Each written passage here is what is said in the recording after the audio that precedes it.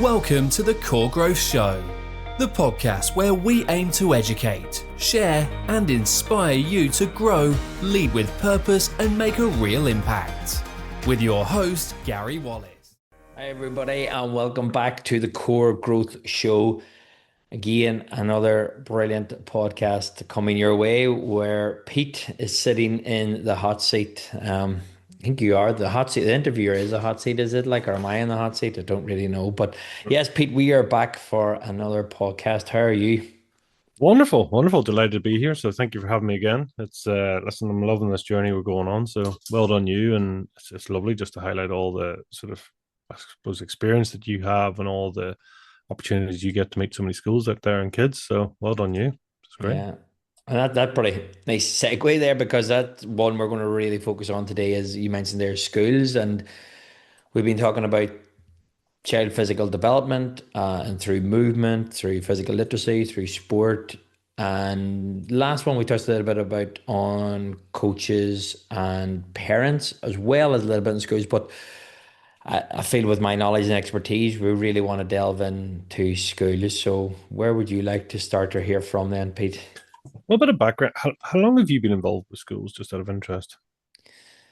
Well, I've been coaching in schools for a long time. Probably I'd say around 15 years in the schools environment, coaching for around 20 years or more now at this stage. So I've seen a lot in schools. I've seen I first was really involved in schools on a weekly basis through a Denny program that the government ran through the IFA and the GA. So essentially what the Denny program, Department of Education, set up this program where there was 30 coaches from the GA and 30 coaches from the IFA.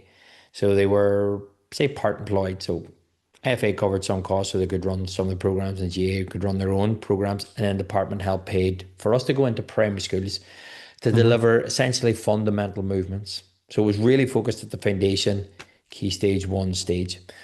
So that actually was an amazing program. The whole idea of that was to deliver the program, but to upskill the workforce, the teachers, so they could continue that on. Sure. So that was one thing. I suppose my thoughts on it, that didn't really work. Now, the kids were getting amazing quality coaching. Like, we were so skilled. We got trained every time there was a school break or anything the sun is on, we got training thrown us for anything from developing our skills, developing our dance, to awareness of coaching children with autism, additional needs, anything at all. We were actually trained on it. So that's where I became, I suppose, an even more skilled practitioner. And I think this is relevant, what we're going to talk about as well. Throughout those 15 years, the workload, the expectation, the pressure that is actually on teachers is phenomenal. We were seeing teachers coming in and they were using the time to mark books. They were sitting in the corner. So yes, it was a thing where they could have just used that time, marked it elsewhere, but they were under so much pressure. It was maybe an easy out for them if they didn't enjoy it, because they knew the kids were getting quality coaching. So yes, there's a wee bit on, no, they shouldn't have been doing that, but also if they didn't do that, they were taking more and more and more home to do later on. So that was the whole idea of the program. It didn't really work in terms of one of its main goals, but the development of the children and their physical literacy, their fundamental movements, went through the roof. There was a few tests done on it, and there was massive improvement. So that would have been my early kind of years. I actually wanted to be a teacher myself way back in the day. And I probably will say a level of fear from being labeled dyslexic kind of held me back, which is beautiful in a way, because I choose a different path. I'd let you get on and do what you're doing today and doing it so well. Well, yeah, and I think that's it, and that's what we try and do even and teach. This is where I love physical activity and movement in schools, because not every child is their strength is academia, and how it has been delivered to a certain degree in schools, because again, they need to hit standards, they need to hit targets through numeracy, literacy, and One method that we're currently using is sit down and learn and then repeat it out. And if you get that right, you pass. So break that down for us, sit down and learn. We sit down, learn, memorize, get it out there.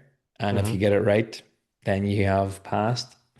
You know, this is just standardized testing Yep. that's out there. It's a level. There's not much room for other learners. Did an amazing podcast actually with a teacher. I think I may spoke about this on uh, Learning Made Fun. Hmm. A guy Connor Bradley, not the footballer, the teacher, but he went and traveled along to Dubai and traveled around and followed this institution, this school and private institution where it was all learned through activities, learned through ideas, through workshops, and just experiments where they actually learned the subjects that way. When it was really all pupil led. He did have a formula. He did have everything there. If you want to listen back on that, definitely go on to the podcast because it's like other things I've done in this, which is not his butcher, his ideas or his thing. But his whole idea is that there's different ways to learn, and it was interesting when we got on the conversation. And he's now back in Northern Ireland teaching in Armagh. And the question I asked him was, now you know this method that you were using and how well it is, how well it's worked and what it does to these young kids as they're learning. Are you continuing to use it now? He's like, great question. But he says, no, I'm not, because Hmm. I'm fitting the institution I'm in now rather than the way that I want to teach and the way that I see a huge benefit. So that's why he set up his own company. He's doing Hmm. great things. He's putting out free content on YouTube. He's actually doing a few summer camps, big things around STEM, so science, technology, etc. Hmm. So he's doing a lot of good work. But yeah, I think it's back to that thing really. That's where some children are pigeonholed into, and that is just the education system we currently have. Yeah. So where do you think schools are at the moment in terms of, and what is the ideal scenario for you in terms of, the physical education and physical literacy in schools? I mean, what's your take on it so far? Well, schools are struggling. You know, they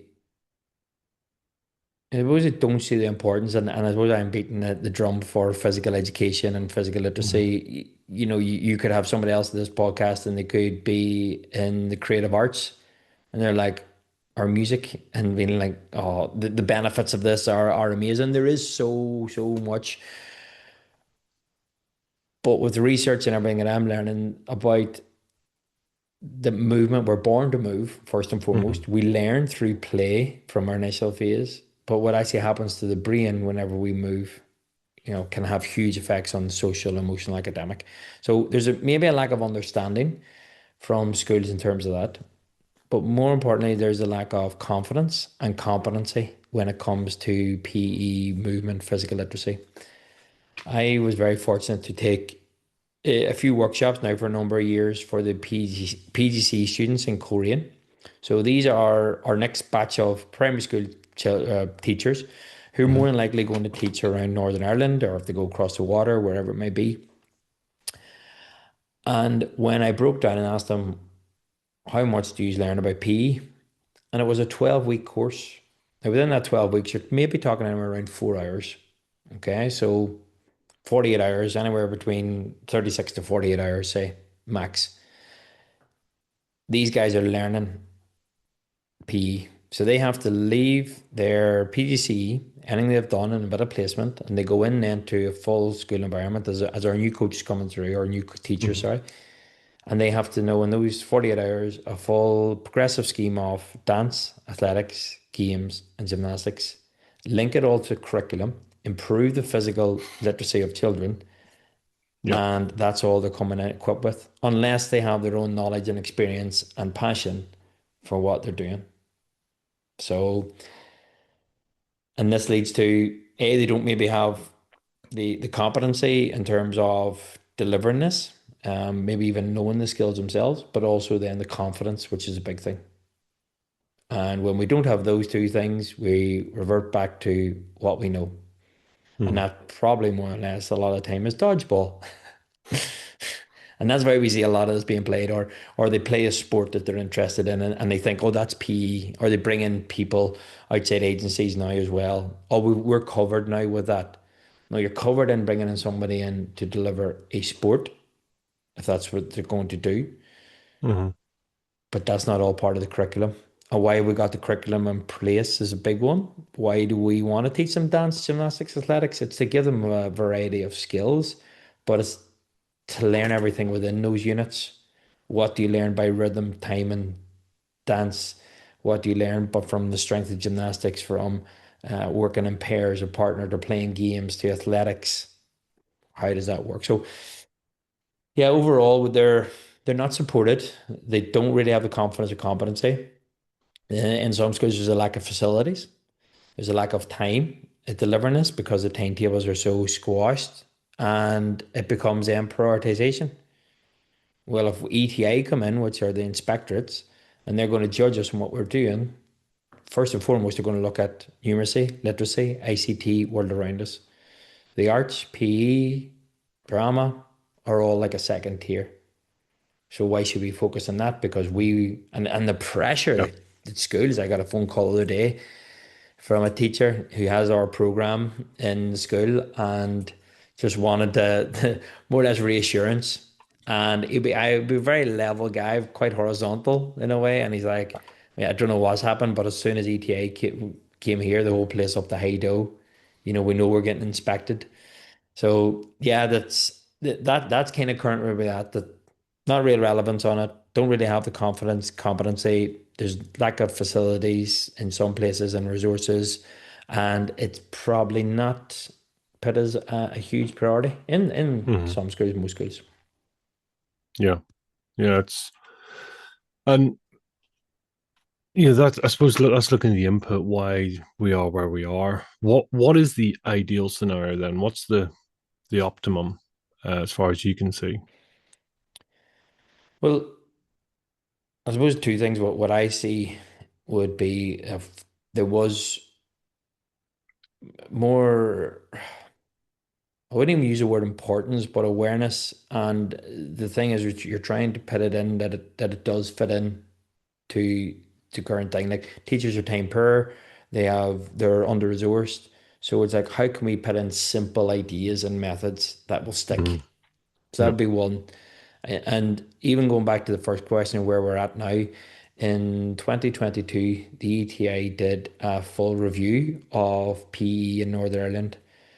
So there's some very interesting stats if you look onto that, but essentially it was on like 76% of schools do not meet the recommended 2 hours of delivering uh, PE for the week. Mm-hmm. So many were under resourced, so many didn't have the confidence. The stats were all there that this is an area we were struggling with. So the awareness is there for all of that, and ETA again, we're putting in recommendations and come back out. Now that has been reviewed again. It was meant to be reviewed in 2 years' time. We're in 2026 now. So I'll let you do the maths. And it's just that again just shows maybe a level of lack of support or priority. Now we are in a stage now where they're totally transforming education here in Northern Ireland through the Transform Ed. So again, they're looking at the whole education system. And I don't know what way that's going to come out. So this could really be, yeah, we've talked about this, and you know what? They've actually taken action, and here's where we are. And Mm-hmm. that could be one way where government are actually becoming more aware, not just in physical activity, but education in general, how we teach this, what we do. And I don't know what way that's going to turn out, to be honest, because they're still in the deliberation stage. They're still trying to roll it out and see what's working. Yeah. So that's kind of where I suppose government, the ETI, EA, the Department of Education are all coming in and working together to see if we could do that.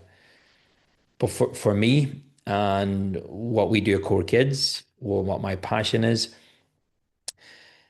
how can we improve physical literacy, improve physical activity, improve PE in schools to improve, I suppose, children's physical literacy, number one, their social emotional regulation, their overall cognitive development, how they're thinking, how they're doing, how they're working, how they're socializing, and then with the science and everything behind it, how physical activity can improve academic performance. So implementing all this can have such a positive effect in the overall development of the child and the school. Yeah. Just, I mean, it just, as you said, it opens up so many opportunities, and it's very easy to get stuck in. Here's where schools are, and the lack of resources, and the understaffed, undertrained, etc., etc. But I mean, I suppose it's also that thing of going, well, what does good look like? As you say, if it is a case of having, is it just resources? Is it training? Is it a mixture of everything? You know, what is it for you? I think it's a mixture of everything, and it's demographic. It's there's it's not like a McDonald's franchise where every McDonald's looks exactly the same, Hmm. except maybe just got a bigger square footage, but it flows the same, it does the same. Every single school in Northern Ireland is different due to location, space, how many pupils they can hold, are they understaffed, overstaffed? That's that's going to be a challenge within itself. And how do we design stuff that can actually be come to the masses? And that's probably one reason why our online resource works really well, because it doesn't matter if you have 60 children in your school or 600 children in your school, the resources are there that it can be done by all.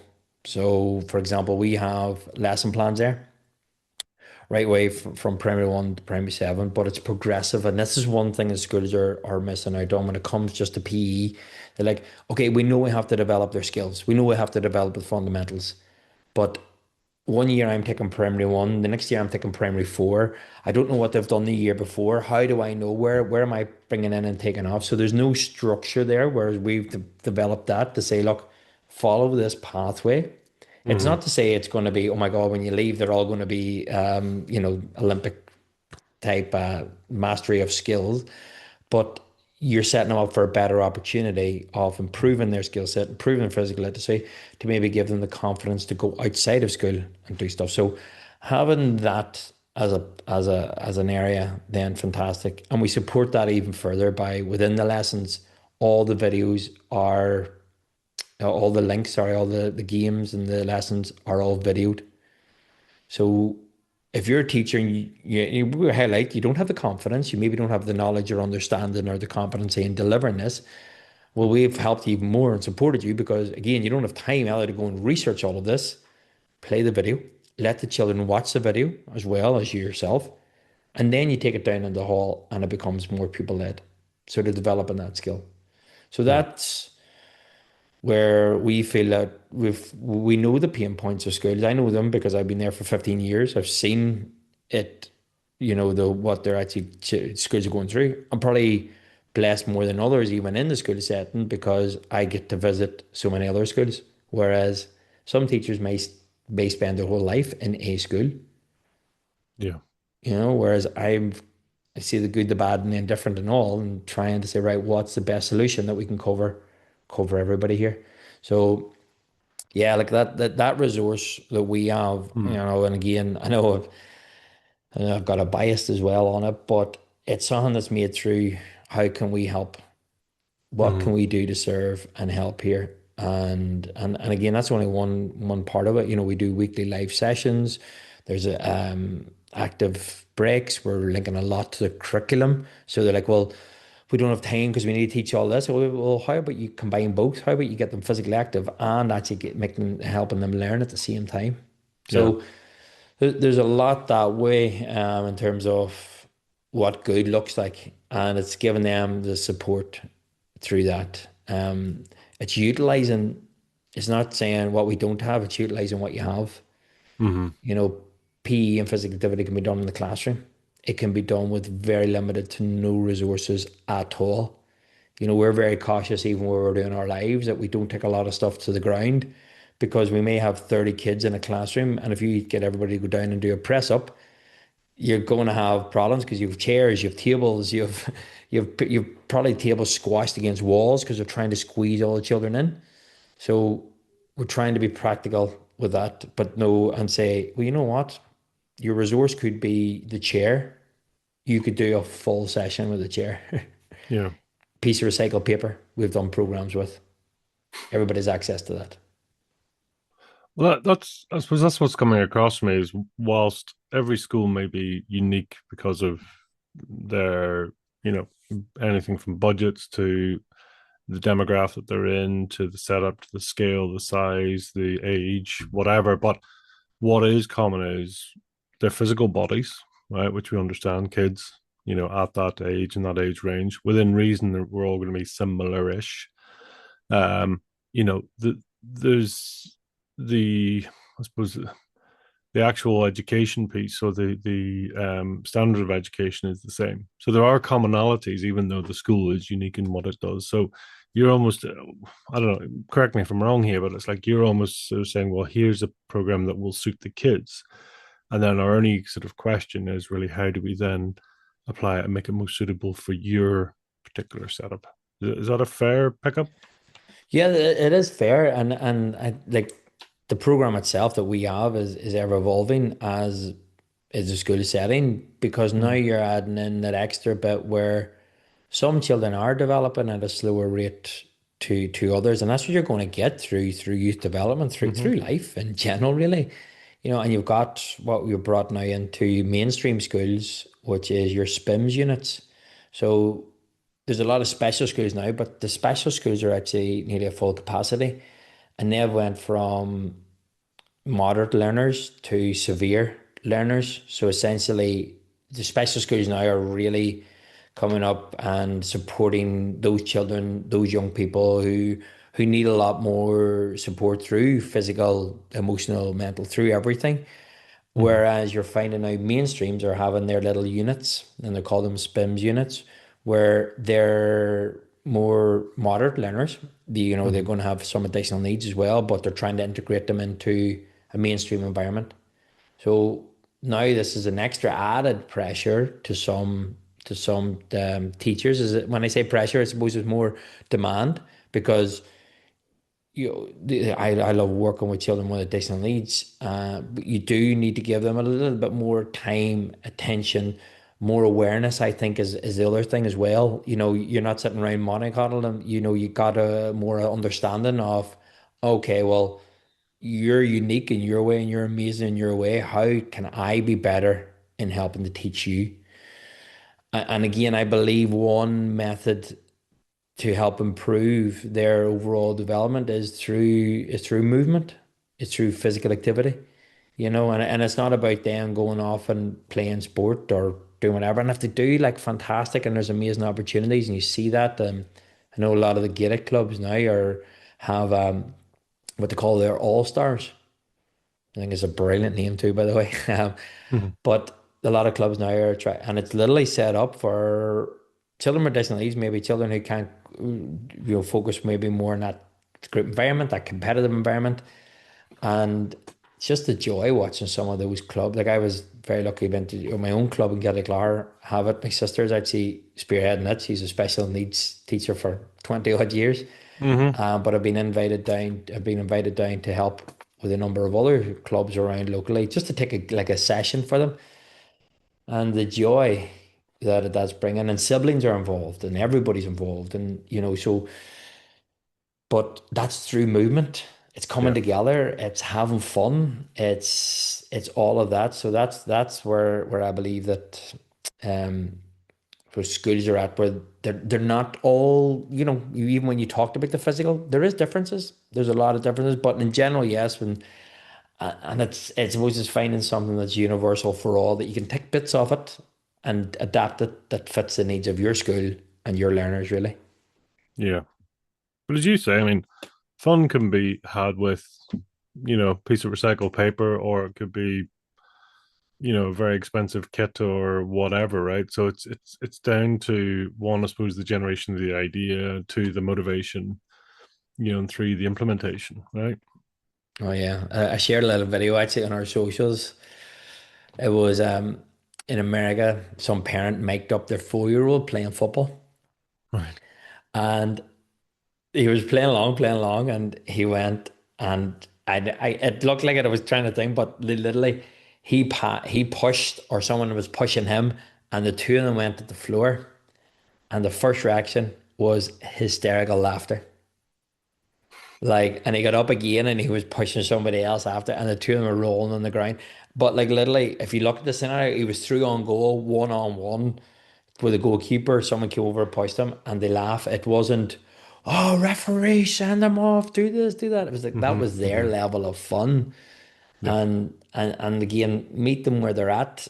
Get up, and I think the next thing he went up to the referee and he says, "Oh, look, I looked at this." I would say, "Look, I got an ouchie, I got an ouchie," and then he goes, "Oh no, it's okay now, it's okay." And he like just played on. So that's your ad that. And then the other thing I put a little comment with it. I was like, that's fun. To somebody else, to an adult, there's fun could be winning. So it could be the complete opposite end of the scale. And this is where one program doesn't fit all. Yeah. You have to have that level, and that's a skill set then of how we regress and progress our lessons to meet our learners. And that's challenging in any environment, be that in a school, be that even at home. Like I know yourself, you have three beautiful daughters there, and they're all different. Yeah. They're Absolutely. there.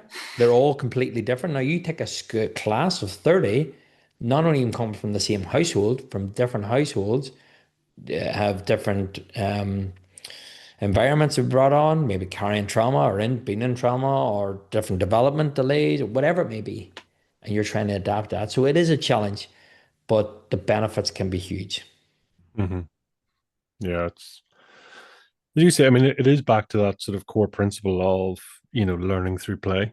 That's the thing that's coming through here. It's like, yeah, understand what you're doing, but actually, if they're playing, the kids don't even realize they're learning. And that is so clever in itself that you're not having to sort of say, well, we're following the curriculum here, or we're ticking boxes. You're like, guys, you're doing it automatically, right?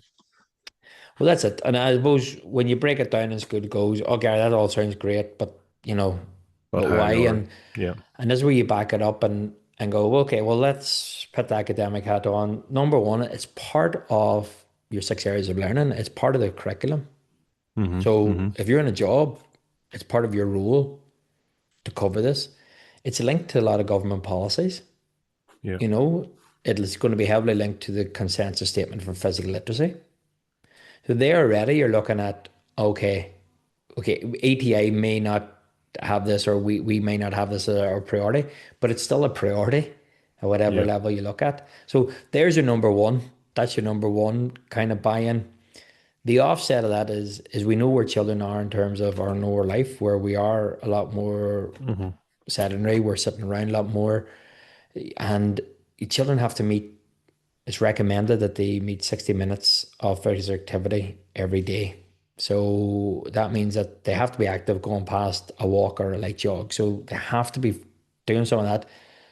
And why is that? It's just not a random number put out there. It's to reduce the risk of maybe bringing any long-term health issues or anything along those lines. So keeping them more active, keeping them the mortality rate quite high. So for themselves, not this is just a pure health, Hmm. not Hmm. sport related, not anything. So when we look at that and we look at schools, 6 to 7 hours of your day of their day is there. Another 6 hours might be at home, and then another 7 to 8 hours maybe sleeping. Do you know what I mean? So saying a lot of the time, a third of the time or more of their waking day is in school. So it is a priority to get them active, get them moving. You know, so that's your government policies, that's everything. Now, as we go back to, movement helps learning. So the science there behind it, when children move past 60% of the maximum heart rate, which is close to your vigorous activity, that they start to release a lot of chemicals in the brain, which help Hmm. with academic performance. So straight away, you're releasing all your neurotransmitters, your dopamine, serotonin. That's your happy hormones. But you're able to focus. You're able to make better decisions, to concentrate. But then you're starting to release a protein in the brain called BDNF, so brain-derived neurotrophic factor, And a lot of research into that has shown that it actually helps set the brain up ready to absorb. I know I've mentioned this and talk about it a good bit, but I always think it's vitally important to keep repeating this, even for myself, and the reason why we do things, because it's best described as miracle grow for the brain. So physical activity doesn't actually make you smart, but it sets the brain up better for learning Mm. because you're able to focus, you're able to take all this information, and this protein in the brain kind of ignites all that in areas. So the prefrontal cortex is found, BDNS found heavily in that after exercise, and it's your decision making, it's your CEO, it's your mood, it's your regulation. It's okay, I'm ready here to focus. And then the hippocampus is also found in another area, highly area and part of the brain where BDNF is released during exercise, and that's where your long and short term memory. So you're making better decisions, you're focused, you can concentrate, and then you can store that memory long and short term. You're activating those parts of the brain that do all of that. So Mm. that's all your reasons and really of your why. Well, why should we do this, Gary? Yeah. And what's going the other way? I mean, what's the consequences, or what if schools just don't do it? Well, from a health perspective, you're adding to our crisis, to our obesity crisis, Hmm. potentially even adding to another area of loneliness. If the structure in the school is to sit down, focus, do this, Hmm. where's the social aspect that comes into that? Especially if you're working a very lot on, there's not a lot of group work, a lot of individual work. So our kids will be sitting a lot more. They'll be possibly not be interacting as much. They will not be developing as they need to develop physically, or like less likely to develop physically because they're not getting what their bodies need to do. We're Hmm. all born to move. If we weren't born to move, we'd be computers. Hmm. So our bodies are designed to squat, to walk, to constantly this because it's evolution. Yeah.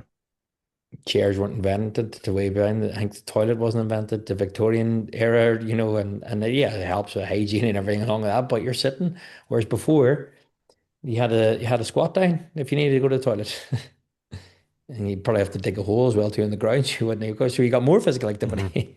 Yeah. So you did. So yeah, our bodies are designed to move, and I think if we take that away, we're increasing the risk, all the health risks as well.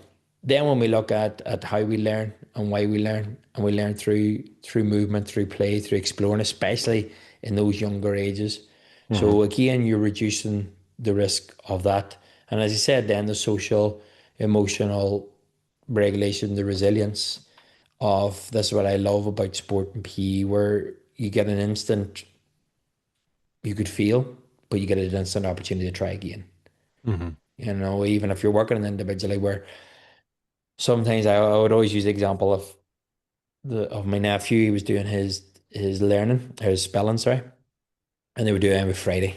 So he was just always one short off the 10 out of 10 for a while. And he was working hard. And it was brilliant because he had to work all week, he had to focus, he had to concentrate, and there's huge benefits that. But he's waiting the full week to try and get this and see could he achieve this, which is brilliant, which shows you a lot. The beauty about turning everything into a positive experience through like sport and PE is if you bounce a ball and you're teaching children to bounce a ball and bangs up heads them in the face, negative experience. Again, you could try and rectify that straight away. Okay, what would you do different this time? Would you think you'd do it softer or harder? Softer. Okay. Did it bounce back up? No. Well, maybe in between then, could you do it a wee bit harder? Yeah, well, brilliant. Hmm. Well done. Fantastic. So the really simple explanation of it, but can just show you how we can add in that. But an opportunity to play together in pairs, in small groups, to see who takes the lead, who brings others in, who likes working individually or who likes working in that group environment. What are the after effects of activity? Is it laughter? Is it happiness? Or is it frustration? Is it controlling your emotions because you've lost? There's so much you could do after the physical activity that you could lean into, and teach different different things in terms of your emotion regulation, your decision making, your what they call PDMU in the Ireland curriculum, so your personal development and mutual understanding. So there's so much that sport can do, and again, it links back into the curriculum and what you're trying to teach. Hmm. The as you say that the benefits of it are just sort of endless with the kids. As you say, and it is all learning through play. The more they're playing, the more they're learning, the more active they are. Then that sort of gets them more switched on in the classroom. As you say, it's promoting the chemicals, the feel good factor as well, right? So it's yes, it might be hard to actually tangibly monitor or manage that or see that, but then I suppose teachers are going to sort of see the benefit of it, in terms of focus in the classroom, in terms of that, because there does appear to be a bit of an epidemic in terms of, different diversities, different, attention spans, learning styles, etc. And so teachers can't keep up. How could they keep up? It used to be it was one learning style, one curriculum, and that's the end of it. Now we have so many other things, So if you can come in and sort of get everyone at least a bit more focused, at least a bit more switched on, a bit more energetic, a bit more active, then it's going to give them a bit more of a fighting chance, right?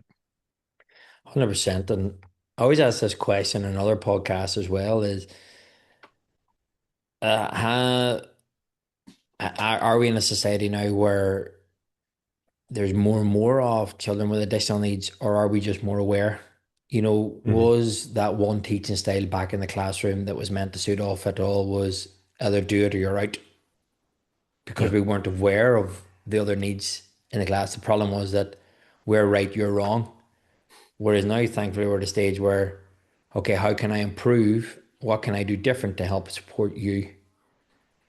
So there's so much even in that, and that teachers are dealing with, and where movement can become universal. And don't get me wrong, because there's things where you have to look at it and be like, well, Gary, if I put in a movement, they're going to be hyper.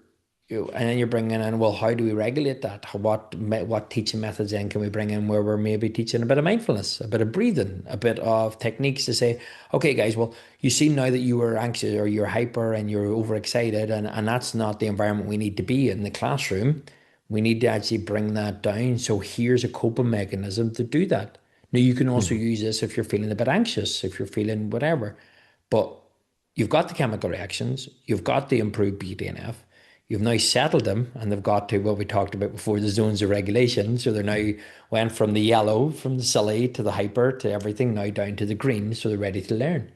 And within that journey, that's a teaching mechanism rather than if you don't do this now, you sit down or else you never do this again. Or the old one, Yeah. if you don't behave in class, I'm cutting out PE. Why should you cut out PE? Why Mm-hmm. use that as a bargain and as the dangling carrot? Think about why you actually do that. Because what do kids enjoy? Mm-hmm. So you're trying to take something away from them they enjoy is number one. But number two, you're not realizing the benefits that they can have by doing that. So you're taking that away from your own class and your own teaching and your own time and your own energy, because now you have a group of kids who are full of energy, who have not got some way to release it. Yeah. Yeah. It's that. It's kind of the sort of thing coming up in my head is that sort of when we know better, we do better. But if we don't know, then as you say, we penalize because right, you're too hype or whatever, so we're not doing any more physical activity. The irony being, probably the best thing would be to go and run your sillies out, go and let them sprint around, and actually you'll get them more focused. But it's having the awareness of that. It's having the tools to be able to say, right, yeah, actually, do you know what? Let them go run around, and then when they come back in, they will settle down far quicker. But it's potentially counterintuitive to begin with, right? Because you're promoting that silliness first and then getting what you want. Does that make Yeah, sense? but again, 100%, and it's I suppose it's reading human nature. You know, when I'm doing like conference or anything, it's like look at the animal kingdom. If you ever watch any animal, any David Attenborough or any show, and you see cubs or you see young animals, what do they all do? They play, they fight, they're burning energy. Whereas you see the lions lying around. You know what I mean? It's like Yeah. I know myself now, like at 40, I'm getting a lot more tired in the evenings. You know, I am at a Hmm. stage now where I'm switching off, whereas I was in my 20s. I was up in the Just morning getting taking started. a pardon? Just getting started in Just your getting started, I 20s. know. Like I would have been up Yeah. at taking a boot camp class 6 o'clock in the morning, coming Hmm. back every half hour was done, boom, boom, way out, delivering a full day of coaching in schools, and that's like full on to come home to do another bit of work, to take maybe an evening PT sessions and take evening classes, and then go and train for my sport, and then come home and be like, I can't sleep. Yeah. Well, I actually probably was ready to sleep back then, but I did that constantly every day, you know, Yeah. for weeks, and it was an effect. Now, not I was learning my trade, I was crafting it, and but I was young, I had the energy, I had all that. Now you take a child who's even full more energy, who has less responsibilities, who doesn't need to be anywhere else. Let's get them moving. Yeah. So I think this maybe segues nicely on to how. Hmm. Yeah. Well, tell us exactly how do we do that? Well, I suppose in this one we're really focusing in on the schools, and I would always put up like a little slide when I'm doing this, and I'd have a number of things, and some of them start off nice and simple, like with movement breaks. You know, when we all do these movement Hmm. breaks now, and we have a lot on our online program, but you don't even have to do it all the time through the likes of YouTube. You know, there's GoDaddy, there's Noodle, there's a load of these other ones. We have loads. As I said before, like a chair, a simple method might be get every child to stand up and just ask this question. Can anybody show me an exercise they can do at or on their chair? You know, Okay. again, no shyness. I don't want them throwing it at each other. But, you know, people start to say, a squat, what does that look like? Okay, sit down now. Brilliant. How can we make it harder? Okay, you go squat down slower.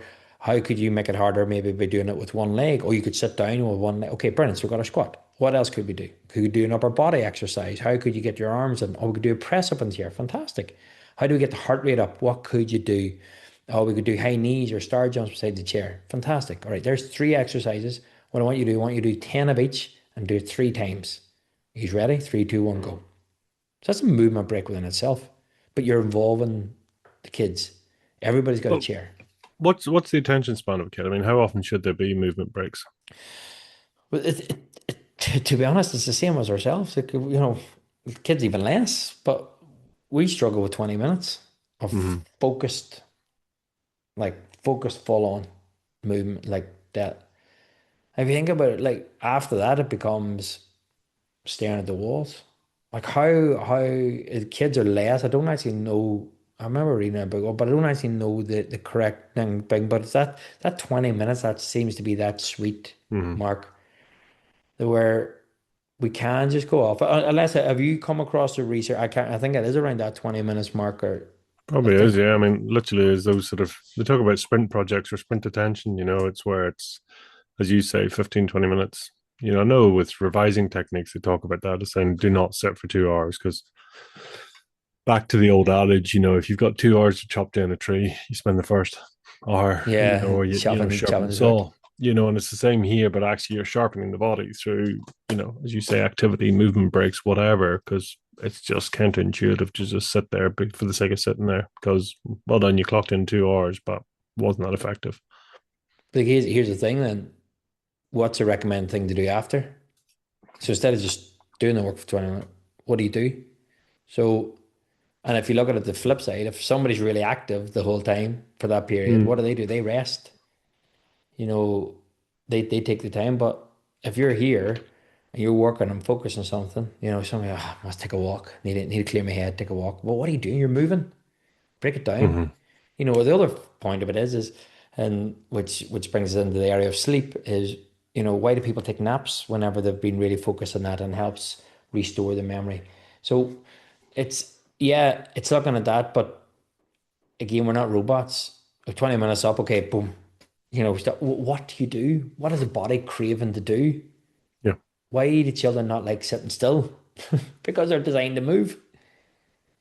There's no other reason for it. Either they just don't have the attention anymore. They don't have that. They have the attention whenever they sit in front of a game because what it's doing, it's releasing the dopamine. It's getting that Hmm. hit.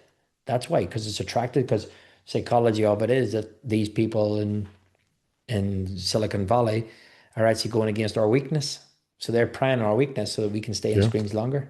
So movement is that. That's one. Even that movement break definitely, and having that attention span. Like other things, I would always say is with teachers is having those extracurricular activities even outside. And I always remember talking about it was a teacher of ours, Mr. McKenna, used to run the Italian league. So back in the 90s, 80s, 90s, 90s, yes, as well. 90s. The Italian League was huge. I remember it used to be on TV on a Sunday when you had to schedule when to watch certain things as well. Hmm. No, no Not as replay pausing. or on Yeah, demand. no, not even whenever ATV plus one or Sky plus one came, that was huge. Oh wow, if I missed something for an hour, I could catch up on it. Hmm.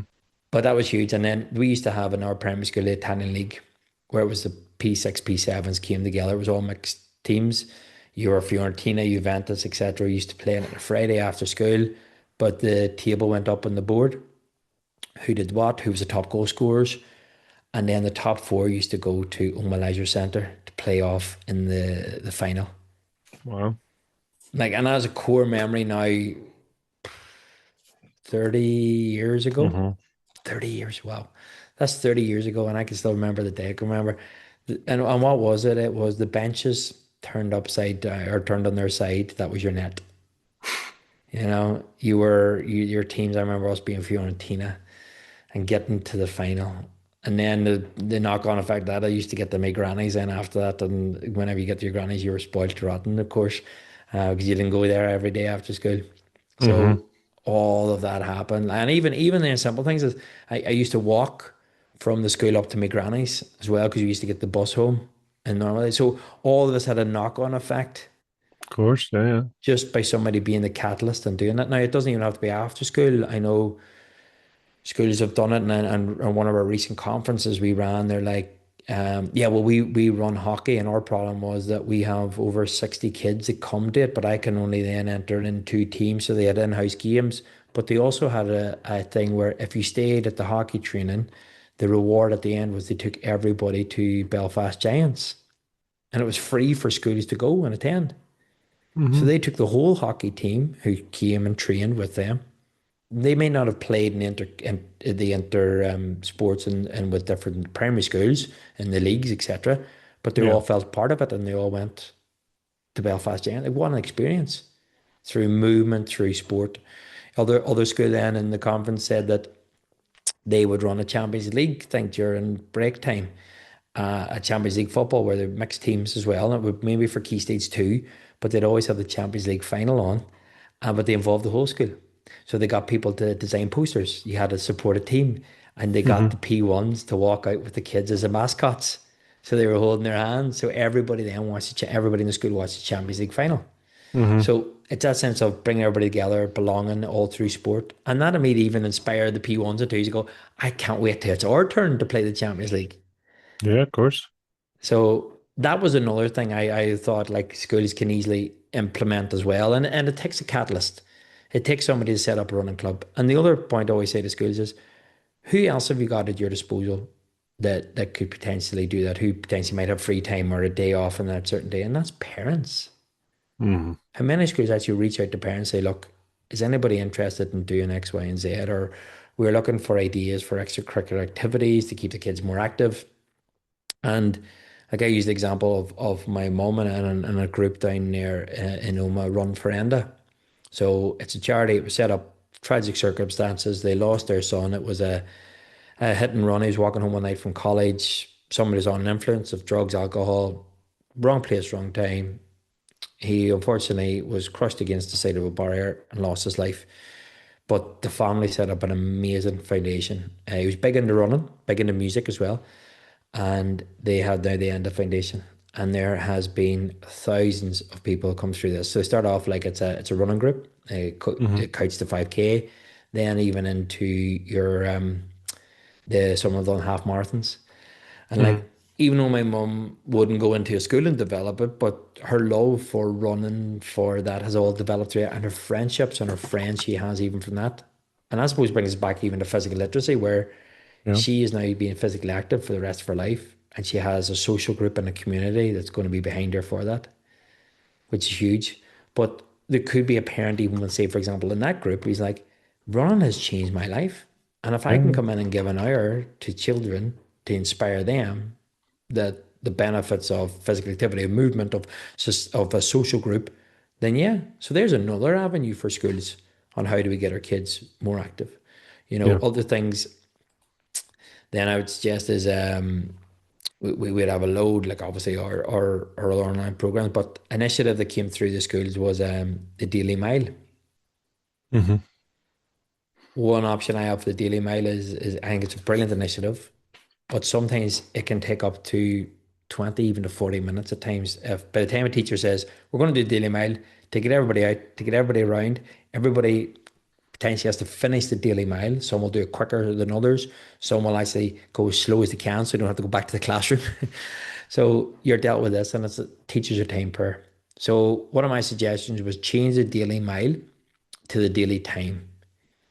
And how you would do this is if you set up an area, so it could be around your school, it could be four cones on your playground, no matter how big or small it is, and give the children 4 minutes, 5 minutes, 6 minutes, you decide. And they have to get as many laps as they can in that time. Now, what are you going to get with that? You're going to reduce the time that you're out. Children are going to be working at a higher heart rate, and everybody's going to be going at their own pace. Now, to take that a step further, what you will find is if you do this consistently over time, those children who are less able, their ceiling of improvement is going to be much greater than those children who are physically at it at that moment. Hmm. So if you do consistency over time, those children who weren't as able or didn't get as much as the others will see the biggest improvement. Now, what a way to show them and give Hmm. them confidence on theirs.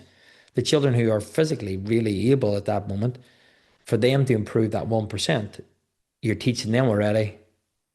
You want to be good, you want to stay at the top, you have to work harder.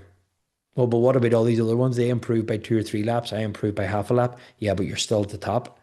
And that half a lap could be the difference between you pushing on even further to another level, Yeah. Yeah. Yeah. of elite. So those are a few ideas. And another thing, anything on them or anything before I go on, I have another No, I wee love it. I point on mean, that. just really useful tips and tools, for schools, as you say. It's any sort of form of engagement, it's great. Yeah, so there's a few ones, and then there's been a lot of work in the space of like active schools. So Scotland are very good at it. Down south, they're very good at it. They have an active school flag. And I know of one school here currently in Northern Ireland at the time of this recording was a pilot school for active schools here. And essentially what active school is, there's 7 categories. So to be an active school, you're looking at active travel, you're looking at active break times, active play, active classrooms, active PE, active school clubs, and active home learning. So those are your 7. And you can break each of those down. So, and again, anybody listening, if you are a teacher or anything, I've recorded the podcast with the principal who was the pilot school in Fort Hill in Lisburn, and he goes into delves into what they implemented and what they did. And I'll pick up on a few. Active travel was one. So there's a company as well, too. It's a charity or trust here in Northern Ireland and UK wide called Walk Wheel Cycle Trust. They used to be called the Trans can't remember. So, but there was anybody in the school might have known them for that. But they're called the Walk Wheel Cycle Trust, and they will encourage and give you ideas and techniques of getting your school more active to walk into school, to cycle into school. And one method the primary school in Fort Hill took on was they're essentially inner city, really, just on the outskirts. I don't know if you know where it is, maybe. Hmm. Yeah, Yeah, yeah, I do. so Yeah. what they did is the principal and the vice principal went to the end of the school gate. One turned left and walked half a mile, the other turned right and walked half a mile, and they met children left and right from the school, and they all walked back together.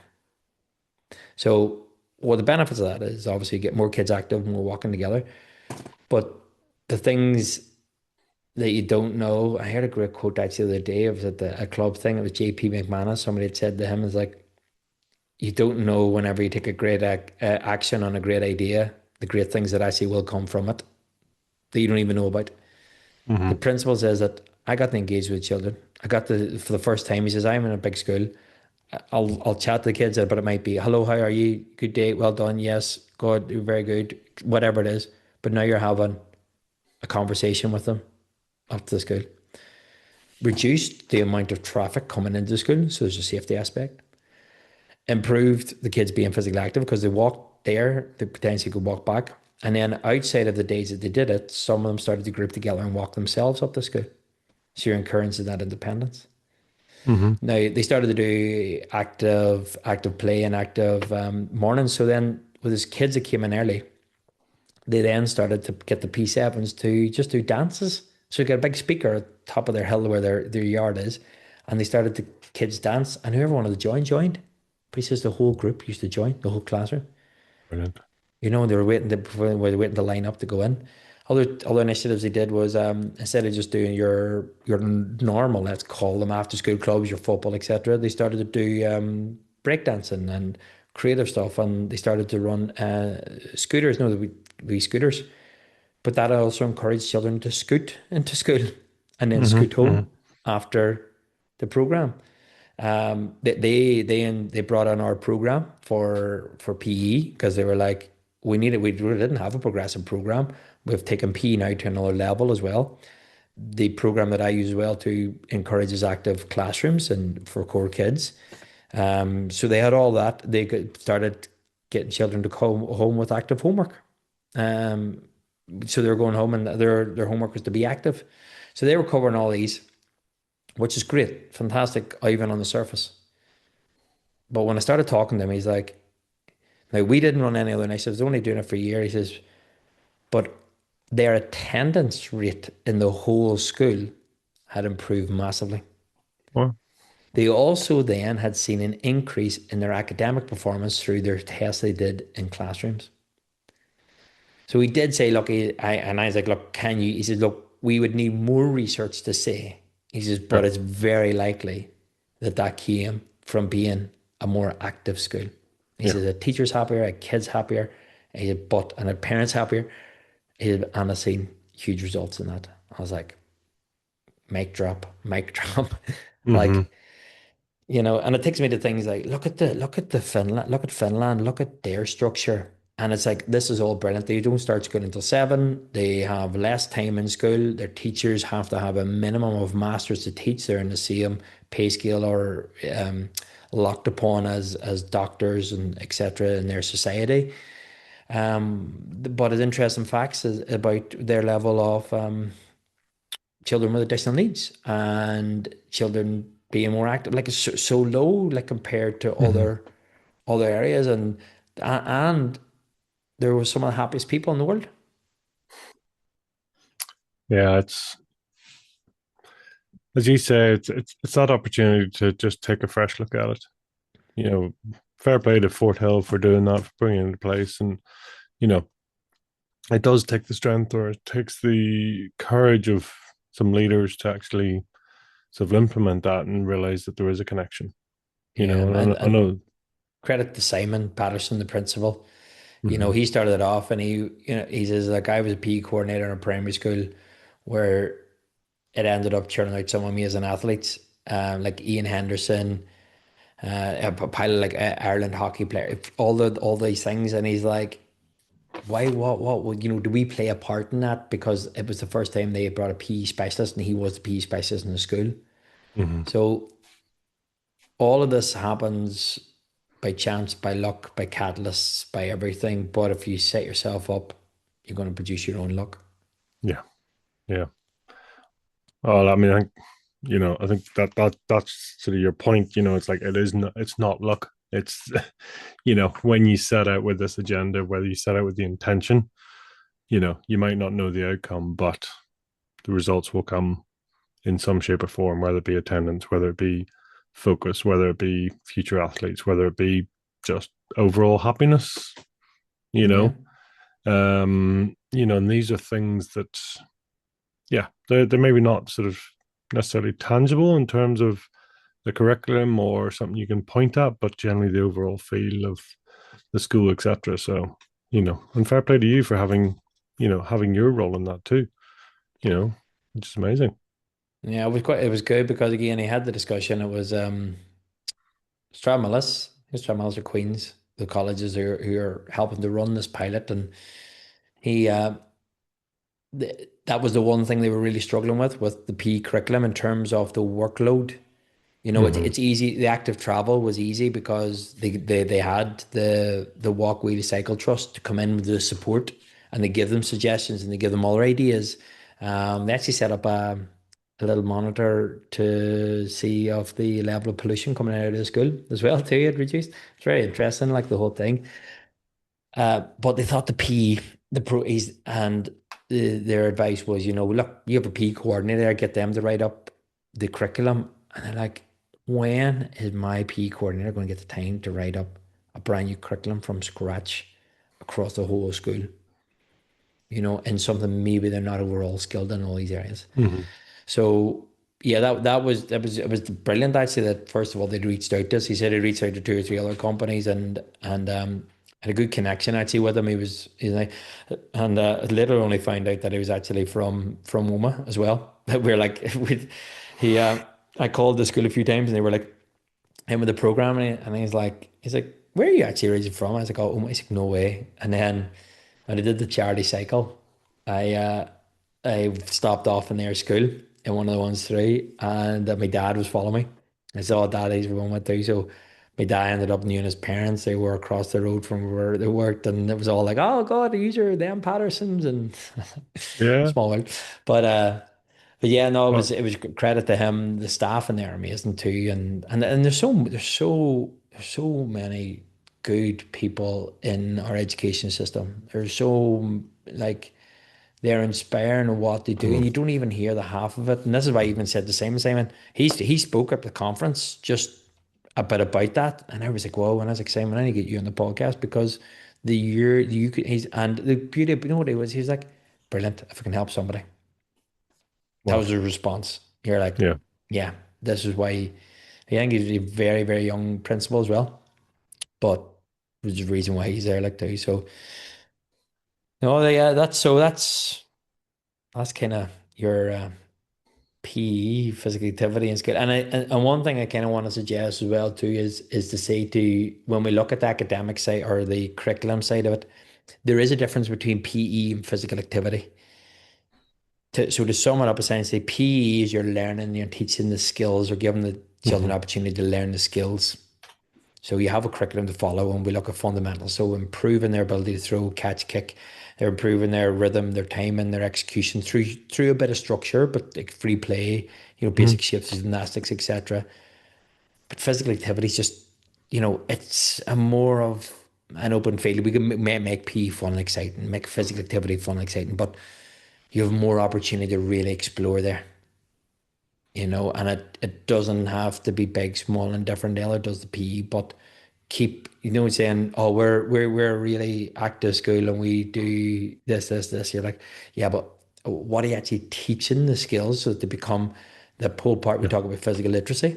We're increasing the confidence and the competency Hmm. of delivering the skill. Physical activity, you can improve the knowledge, understanding, the fun, so give them the ability to take back to for the rest of life. So they interlink, but there is a difference in them. So just any teachers, schools out there, be mindful that there is a difference between PE and physical activity. They are very much linked, but when you're doing PE, make PE PE. When you're doing physical Yeah. activity, make physical activity physical activity. Yeah. And you say the connection being, their ability to, you know, as you say, physical activity mightn't have a curriculum per se, but actually the knock on for all the other, aspects of learning in the classroom, etc., is going to be so much greater. Yeah, so Fascinating. yeah, really good. There's a lot of other examples. So if anybody has any schools or any teachers out there, look, please. And the beauty is I have a few of these in my head, but as soon as you start telling me Oh, Gary, what about this? Oh God, funny. I have an idea on that there, or if another school have done that. And Hmm. a simple format just to finish even this off would be if you do have looking at the PE side, I've worked now with schools where and I have access to all of this and I can give this out as well too to schools, but having a PE policy, and I love always go back to that saying by Steve Jobs, you connect the dots moving backwards. So having your PE policy to outline what you're doing, and bringing your physical activity in there, shout out to the rooftops, to your parents, to the children. One of the ones we developed with the school is they actually it was like a 30, 40 page document of a PE policy. So it was Hmm. very, detailed. So again, it's there, it's a reference point, but they had a 4 page we document for children that they give them to. Here's what we want to Well, do with PE and physical activity in the school, and use are a huge part of that. Then you're looking then from a education point of view, linking your PE policy then to have your schemes of work. So what are you developing this off? And then your schemes of work are in then to your lesson plans. And the other step now further we have taken is your assessment. How do you know it's all linking in? And to help you to reevaluate that you have some sort of quantitative research, let's call it, or data to say there now, not evaluation, but an assessment kind of tool. And it's something we're going to improve on as well to what we do. So as a structure, then that gives you everything there now for PE and ideas then too for physical activity. So mm, yeah, any schools or any teachers listening, feel free to reach out. amazing resources to have. So well done you for pulling that all together for them. So And I thank have to you. give a shout out to Ash Grove Integrated Primary School as well for the PE policy. They did a lot of the work. They came to my conference on the policy. They came to the conference and then added a lot from the conference.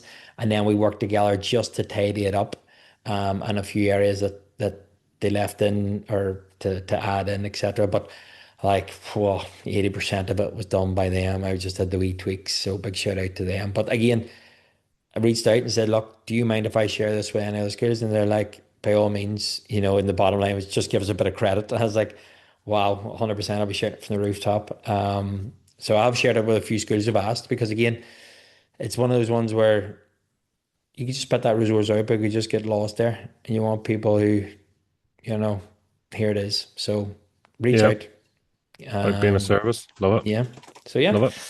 Cool. Listen, Gary, I'll hand it back to you and let you close out on this. Thank you.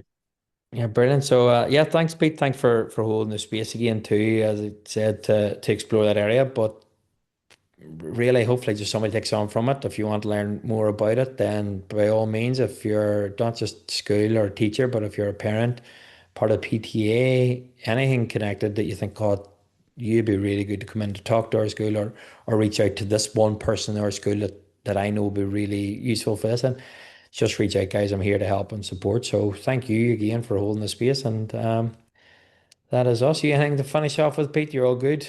No, it's good. Listen, loving it. Loving you sharing your insights and looking forward to more of it. So thank you. Brilliant. So, everybody, thank you for listening, and we shall catch up with you all in the next episode. So, have a great day. Cheers, everybody. Bye.